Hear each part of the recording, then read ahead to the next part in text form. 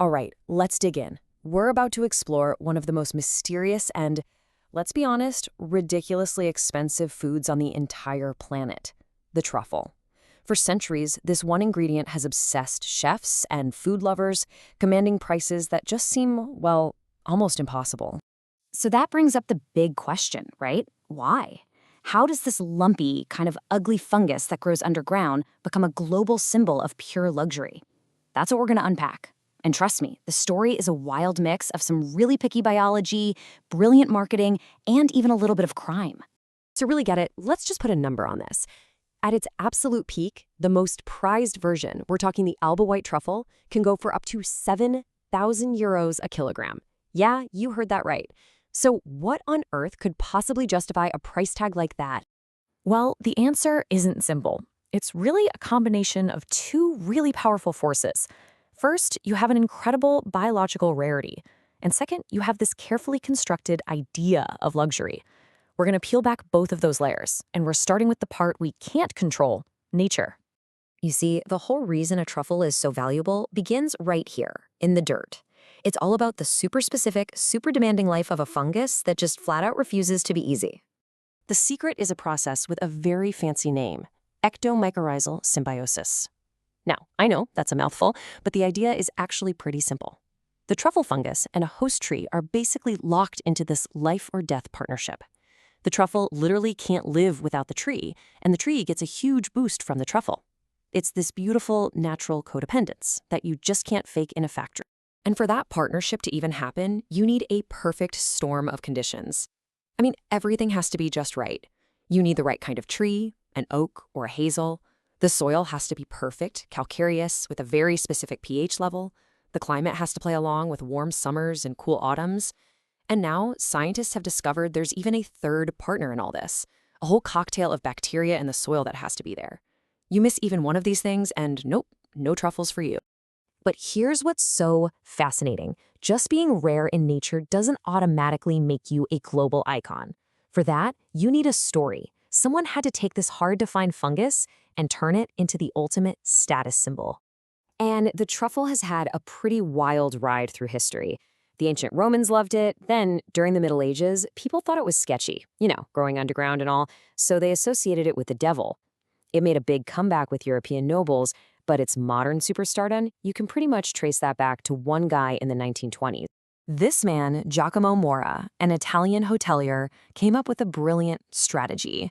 Every year, he would find the biggest, most impressive truffle of the season and gift it to the most famous person he could think of. Just look at this list. President Truman, Winston Churchill, Marilyn Monroe, Rita Hayworth. He was basically doing influencer marketing before the internet was even a dream. And it worked like a charm, forever connecting the truffle with glamour, power, and fame. But you know how it goes. Whenever something becomes this valuable, a dark side always seems to crawl out of the woodwork. The truffle's insane price tag has created this whole shadow economy, and it's full of fakes, fraud, and even organized crime. So let's start with the industry's biggest, worst-kept secret, truffle oil. If you love the taste of truffle fries or that truffle mac and cheese, well, I've got some bad news. There's a very, very good chance you've never actually tasted a real truffle. See, a real truffle gets its incredible, complex aroma from a mix of over 300 different compounds. It's earthy and nuanced, but most commercial truffle oil, it uses just one synthetic chemical to mimic that smell. And get this, that chemical is often derived from petroleum. It's a cheap, one-note imitation of the real amazing thing. And the crime goes way beyond just fake oil. We're talking about dealers mixing cheap, look-alike Chinese truffles into expensive European shipments. There's even a truffle mafia that steals from hunters, extorts them, and poaches on private land. It gets even darker. Rival hunters have been known to poison each other's highly trained, valuable dogs, all just to get a leg up on the competition. But as terrible as all that crime and fraud is, the single biggest threat to the future of the truffle, it's something much, much bigger. It's our changing planet. That delicate, perfect storm of conditions we talked about, it's becoming dangerously unstable. The numbers are, well, they're staggering. Scientific models are projecting that because of rising temperatures and chaotic rainfall, wild European black truffle harvests could drop by anywhere from 78 to a full 100% by the year 2100. We're talking about a near total collapse, and we're already seeing harvests get more and more unpredictable every single year. This huge threat has created a really fascinating paradox. As the wild, mysterious, ancient truffle starts to vanish from our forests, we're in this desperate race to tame it, often using the very technologies of the modern world that are threatening its home in the first place. So say hello to the high-tech truffle farm. You can forget that romantic image of an old man and his dog in the woods.